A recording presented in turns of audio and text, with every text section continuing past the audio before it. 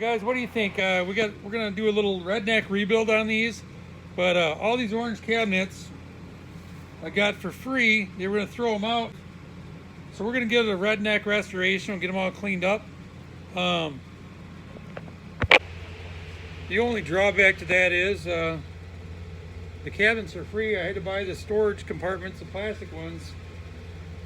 I did this to avoid buying $200 worth of metal bins, but I think I'm at like $70 now with plastic containers to fit inside my trays. So saved about $130 doing it this way, and hopefully I'll get some better storage out of it. So was it worthwhile? I don't know.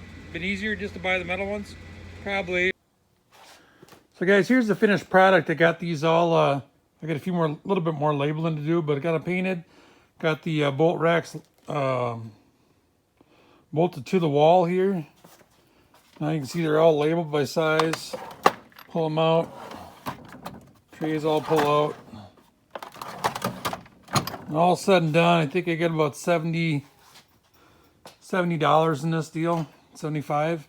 So all the ones I looked at were like $200, $250 for used ones on Facebook. So I think I did pretty good.